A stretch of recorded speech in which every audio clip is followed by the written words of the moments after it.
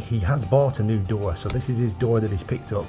It's an old door and he's having it adjusted to fit the opening, so it's going to have this design in this door. Now what he's doing differently, we're going to keep a single window in the middle, but he's going to break it up. The carpenter's going to fit some glazing bars to the internal and external of the door, so the end look of the window will be like this. But what that basically means is I'm making a single window here like this, and these sections here, this gridwork, this will be covered up. This will be covered over with the wooden glazing bars, this type of thing over the top. This will happen inside and outside, so it doesn't matter what glass I use in these sections because it's going to be covered up. You'll never see them. I have done this kind of thing before. It's a little bit different, it's a little bit unusual, but it does work out fine in the end. It's the same aesthetic, it looks good.